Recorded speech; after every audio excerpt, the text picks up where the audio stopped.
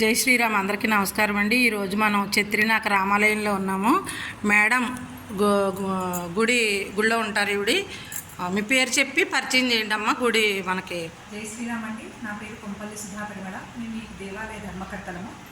ఈ దేవాలయం 300 సంవత్సరాల పైది.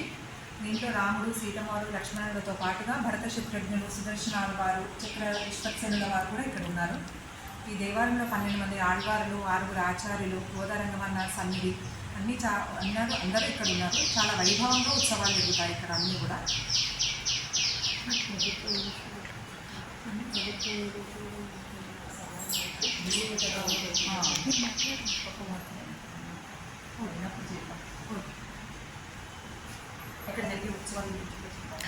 ఉత్సవాల గురించి చెప్పండి.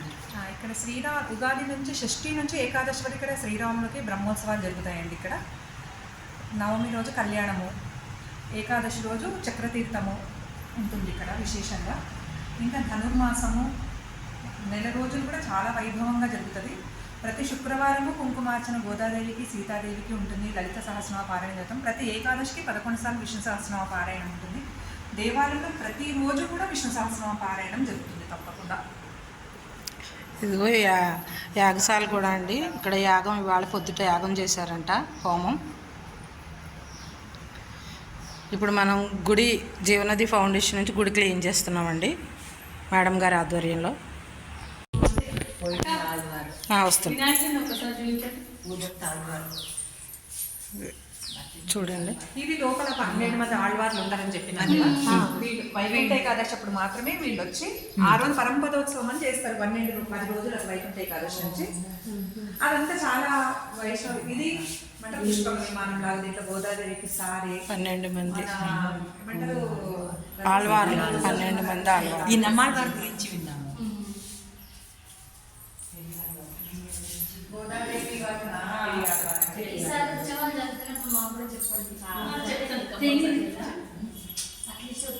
చూడొచ్చు, ఏదైనా సేవ చేయొచ్చు. అదే అంటున్నాను మేడం, మాకు సేవకు పిలవండి.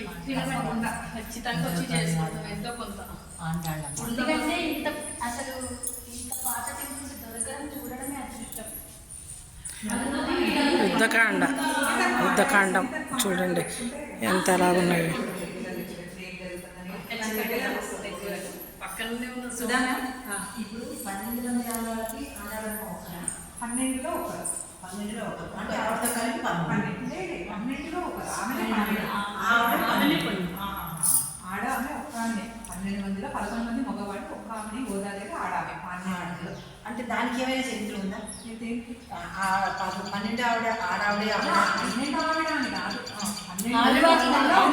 కరెక్టే. అంటే 12 మంది మగవాళ్ళే ఉండకుండా ఈమె స్పెషల్గా స్నానం అంటే స్నానం అని ఏం లేదండి. ఆ టైంలో ఎవరు భక్తిగా అదే 4,000 పాఠశాలతో వాళ్ళు ఎవరైతే అట్లా విష్ణుమూర్తిని కొనియాడుకుంటా రాసిందో వాళ్ళు ఆళ్వాళ్ళు అయ్యారు. అదొక పోస్ట్ లాగా. ఎవరైతే భక్తిలో మునిగి వాళ్ళు అది ప్రబంధాన్ని రచించడో వాళ్ళు వీళ్ళు పారవస్యంతో ఉండి వాళ్ళు చేసి పాత్రలు అయింది ఒక మహిళ ఒకటి.